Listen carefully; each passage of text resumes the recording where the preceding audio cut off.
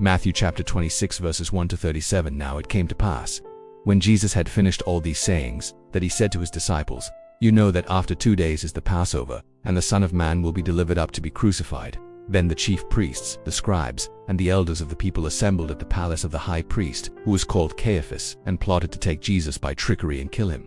But they said, "Not during the feast, lest there be an uproar among the people." And when Jesus was in Bethany at the house of Simon the leper, a woman came to him having an alabaster flask of very costly fragrant oil, and she poured it on his head as he sat at the table. But when his disciples saw it, they were indignant, saying, "Why this waste? For this fragrant oil might have been sold for much and given to the poor." But when Jesus was aware of it, he said to them, "Why do you trouble the woman? For she has done a good work for me. For you have the poor with you always, but me you do not have always. For in pouring this fragrant oil on my body, she did it for my burial."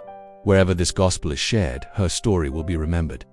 Then one of the 12, called Judas Iscariot, went to the chief priests and said, "What are you willing to give me if I deliver him to you?" And they counted out to him 30 pieces of silver.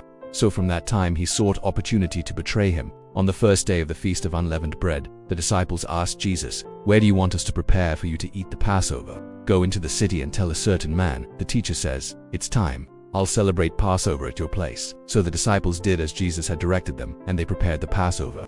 When evening had come, he sat down with the 12. Now as they were eating, he said, "Assuredly, I say to you, one of you will betray me." And they were exceedingly sorrowful, and each of them began to say to him, "Lord, is it I?"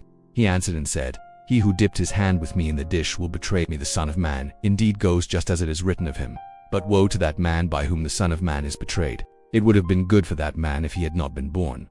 Then Judas, who was betraying him, answered and said, "Rabbi, is it I?" He said to him, "You have said it." And as they were eating, Jesus took bread, blessed and broke it, and gave it to the disciples and said, "Take, eat. This is my body." Then he took the cup, and gave thanks, and gave it to them, saying, "Drink from it, all of you, for this is my blood of the new covenant, which is shed for many for the remission of sins. But I say to you, I will not drink of this fruit of the vine from now on until that day when I drink it new with you in my Father's kingdom." And when they had sung a hymn, they went out to the Mount of Olives. Then Jesus said to them, "All of you will be made to stumble, because of me this night, for it is written, I will strike the shepherd, and the sheep of the flock will be scattered. But after I have been raised, I will go before you to Galilee." Peter answered and said to him, "Even if all are made to stumble because of you, I will never be made to stumble." Jesus said to him, "Assuredly, I say to you that this night, before the rooster crows, you will deny me 3 times." Peter said to him, "Even if I have to die with you, I will not deny you." And so said all the disciples. Then Jesus came with them to a place called Gethsemane and said to the disciples, "Sit here while I go and pray over there." And he took with him Peter and the 2 sons of Zebedee, and he began to be sorrowful and deeply distressed.